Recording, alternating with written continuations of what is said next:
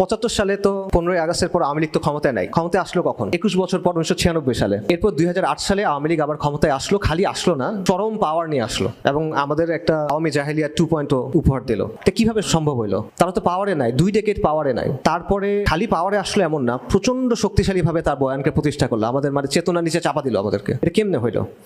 এটা হলো আওয়ামী লীগ ক্ষমতায় ছিল না, কিন্তু তার বয়ানটা ছিল, তার হেজেমনিটা ছিল, তার যে সাংস্কৃতিক বয়ান, তার যে আত্মপরিচয়ের বয়ান, তার যে বাঙালি জাতীয়তা বয়ান, এই সবগুলো যেই বিষয়গুলো আওয়ামী লীগের রাজনীতিকে হেল্প করে ওই বিষয়গুলো ছিল। এই কারণে আওয়ামী লীগ না থাকলেও ঘাতক দালাল নির্মূল কমিটি কিন্তু ছিল, এরকম আরো অনেকে ছিল, ঠিক আছে? এবং এটা এখনো আছে। এই কালচারাল হেজেমনি আপনি নষ্ট করতে পারেন নাই, এবং এটা যতদিন থাকবে এটা বারবার আওয়ামী লীগকে ফিরে ফিরে আনবে। আওয়ামী লীগ নাম না নিয়ে আসতে পারে, অন্য নামে আসতে পারে, হাসিনা নাম না হয়ে আসতে পারে, অন্য নামে আসতে পারে, কিন্তু এটা বারবার ফিরে ফিরে আনবে ওই পলিটিক্সটাকে।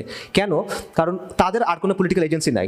দুইটার মধ্যে সম্পর্কটা হলো সিম্বায়োটিক সম্পর্ক, একটা একটার উপর নির্ভরশীল। আওয়ামী লীগ আসলে ওটা আসবে, ওটা থাকলে আওয়ামী লীগ ফেরত আসবে, অন্য নামে আসতে পারে, আবারও বলতেছি। এবং আমরা কিন্তু সেম ভুলটা করতেছি। আমরা কিন্তু এই হেজেমনিটা নষ্ট করি নাই। জুলাই আন্দোলনের সময় এটা নষ্ট হয়ে গেছিল, যখন বলছিল যে তুমি কি আমি কে, রাজাকার রাজাকার, পা চাটলে সঙ্গী না চাটলে জঙ্গি, রাইট? এই কথাগুলো যখন বলা হয়েছিল তখন আপনি ন্যারেটিভটা আসলে রিজেক্ট করতেছিল। বাট এখন দেখেন ওই ন্যারেটিভ কিন্তু আবার ওই কারণ বাজারে গিয়ে উঠছে, ঠিক আছে না? যারা আমি হেজেমনির মূল ইন্টেলেকচুয়াল স্তম্ভ টম্ব যারা আছে তাদেরকে অ্যাপিস করার জন্য এই পুরো জিনিসটা তাদের হাতে এখন আবার উঠা দেওয়া হচ্ছে।